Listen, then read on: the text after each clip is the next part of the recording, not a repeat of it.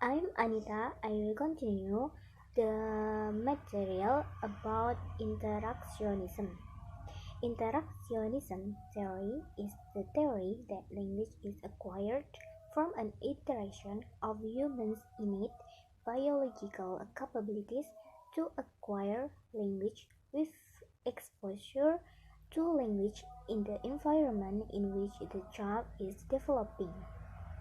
It means the interactionism happen from the interaction on human biological to learn language in the environment in which the child is developing. When was baby, they are only can smile and cry. Then they are bubbling like babu or ma or pa. Then they can speak one word like hot, cold, or whatever, and then until they can speak well. And the next is the interactionism theory recognizes that both environmental and biological factors are important in language development. The interactionists believe that language acquisition occurs as a result of the natural interaction between children and parents or caregivers, so that language develops from the interaction of biological, cognitive, and environmental influences. The example is like when parents try to teach their children to sing a song, they will they will give them the song and and and what singing together with their child, and then the children can imitate it. The next is Vygotsky and the social cultural model. Vygotsky mo- created a model created a model of human development called the social cultural model. He believed that all cultural development in children visible in two stages. The first is the child observes the interaction between other people, and then the behavior develops inside the child. It means that the child observes the adult around them who communicate it to each other till the child develops himself to communicate. Like when parents talking the tea is hot, maybe their child will say is hot or only hot, like that. The second is child learns best when interacting with those around him to solve problem. Like what? Like when parents ask there to do something or ask or say something like come here. Uh, they call their children to come here, please, and so the children will come to the parents.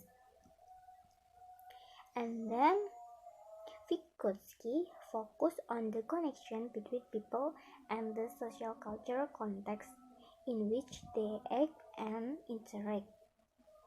According to him, humans use tools, culture such as speech and writing to mediate their social environments, so that language development cannot be separated from social context. Assalamualaikum warahmatullahi wabarakatuh.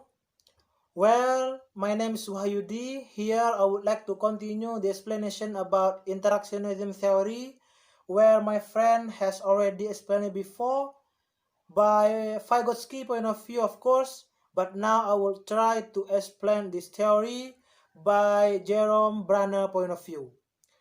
Okay, Jerome Seymour Branner was born on the 1st October 1915 in New York. He is one of American psychologists who made significant contributions to human cognitive psychology and also learning theory in education psychology. His theory is known as discovery learning, as you can see in the slide, that he believes that all learners, no matter the adult, children, or even baby or infant, they're gonna learn best when they discover the knowledge for themselves. He also believes that students gonna retain knowledge best when it is something they're gonna discover further on rather than being taught by the teacher. But something you have to underline in this point that it doesn't mean we don't need any teacher or other people around us to help us in obtaining language or knowledge, especially language. But Brunner also said that we need teacher and other people around us in the form of action support. So why interactionism theory is different than two theories previously, behaviorism and also mentalism. In this theory, interactionism theory, it's not only talk about innate biological capability, but also talk about environment around us.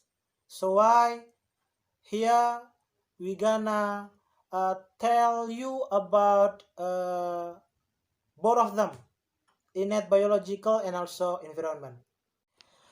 Well, now we're gonna move to the next slide. It is about the implementation of interactionism theory.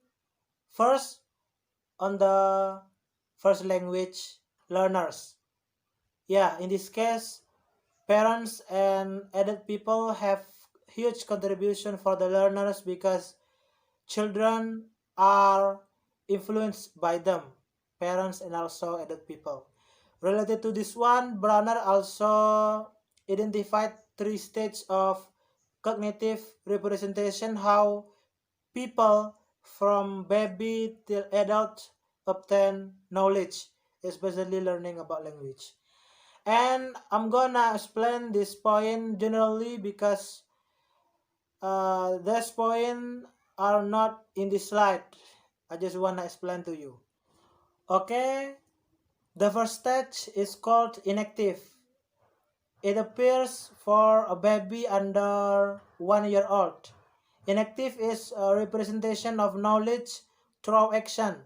For example, when a baby shakes a rattle in his hand and he hears a noise, he is directly manipulated that rattle and the outcomes or the sound of the rattle was pleasurable. And in the future, the baby may shake his hand even there is no rattle and hopes his hand will produce a sound like a rattle sound, and the baby's gonna realize in the future that he needs a rattle to create that sound. And the second one is iconic. It happens to children age 1 up to 6 years old.